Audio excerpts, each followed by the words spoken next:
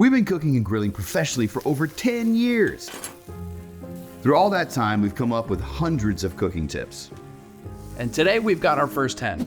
On Dad's Guide to the Universe. Can you act like you care? Number 1, salt your tomatoes. Tomatoes have great flavor, but they can also get diluted with the amount of water they carry. What do you always do to your tomatoes? Salt, Why? because otherwise they suck. The longer they have to dwell with the salt, the better the tomatoes are gonna be. Salt is a flavor enhancer. It's only going to help something taste like itself. So always salt your tomatoes. Number 2, coat your cooking surface in flavor. By flavor, we mean fat. Specifically when using flat tops or pans to cook, do not cook your veggies first. Now's that amazing time where we fry hash browns in beef bacon fat. Instead, lay down your protein, especially if it's significantly fatty like, say, chorizo. And let that beautiful fat coat your surface. You'll get an instant non-stick effect, but also a layer of flavor riding through your entire dish. Chorizo eggs, anyone? Number 3, grate your cheese sideways. We always grate our cheese fresh so we can avoid any caking agents. A lot of times on the pre-shredded stuff that you buy in the supermarket, they actually put anti-caking agents on it to keep it from sticking together, which is why we like to use just blocks of cheese. But when you're grating a metric ton of cheese, it can be pretty hard on the wrist, so we always position the box grater on its side, That way the grater stays in place and also allows you to pour the cheese wherever you need. saving you time on cleanup, space, and your wrist. Number 4, This is an important one. don't sear spicy peppers inside. We've learned this the hard way cooking for hundreds of people. Do not do this indoors. It's guaranteed that any spicy pepper will make you choke, or better yet, cry when seared inside. You're gonna pepper spray yourself, basically. The capsaicin gets aerosolized into the vapors of the water and oil and launches into the immediate air all around you, instantly making you hack up and lose all of your supposed grace. It's not that bad. So cook them outside. Number 5, Mayo over butter. for toasting bread, that is. We do this in every instance when we make grilled cheese. Mayo is a perfect emulsification of egg and oil and has a much higher smoke point than butter. You can get crispier bread that spends more time on the cooktop without it burning. When we're cooking meals for 100 people or just our families, we can't really be worried if our butter is going to burn our bread.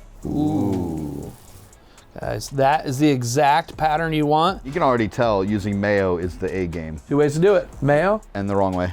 And it's also easier to spread than butter, meaning you're gonna get the surface area coverage you need. unsalted butter can go itself. I hate it. And no, mayo does not leave a bad flavor. Instant childhood. Yeah. You mayo hater. Number 6, Double fry. everything. Whether it's wings, fries, or onion rings, if you aren't using our dual fry method to get the best crunch of your life, well, you might just not like having nice things. Is there a better sound? No. I mean, and the reason why we're doing this double cook, the high temperature that you use to get the color that you want is too high to cook the potato all the way through. So what you would end up with is a burned on the outside, raw on the inside. Par frying gets you exactly where you need to be internally, No color, but they're cooked all the way through. and that second fry with the temperature turned up brings a whole new meaning to the word crispy. Number 7, Season every layer. Whether it's a chili or just a flour for onion rings, Some cayenne, a little bit of paprika, garlic powder. don't leave a bland layer behind. We cannot add a flavorless layer of flour as our dredge, so we're gonna hit that with salt and pepper. I think Faye wants some cayenne in there. That's paprika. Oh yeah. Although, now that you said that, I mean, why not? A pinch of salt at every step and you're gonna have flavor in every corner. kosher salt is always ideal because it's a larger size, consistent shape, and a lower salinity level. So you can salt pretty aggressively.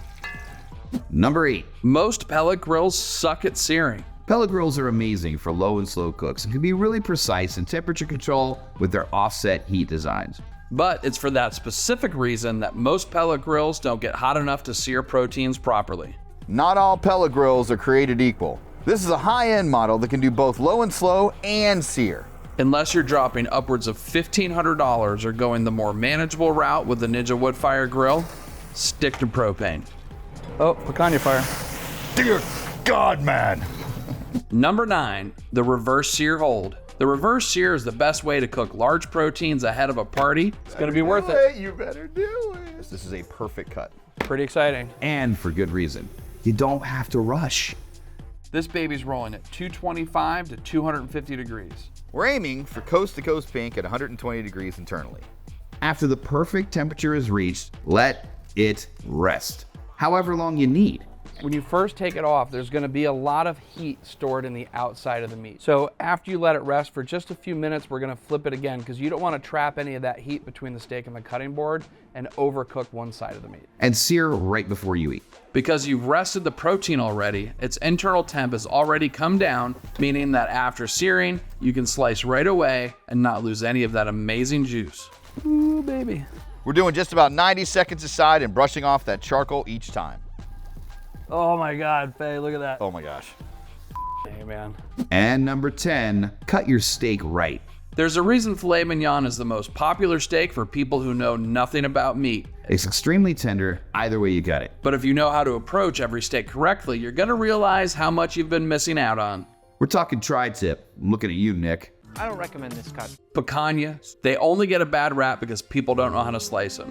You wanna cut against the grain. And you can see on the side here, really pronounced grain going this way here. So we're gonna go here and go down. You go against the grain because you want short muscle fibers. Short muscle fibers equals tender steak. That's our first round of tips, and we've got plenty more in store for you. But let us know about your favorite cooking tips and how you use them. And as always, please like this video and subscribe to the channel. We need to feed our families.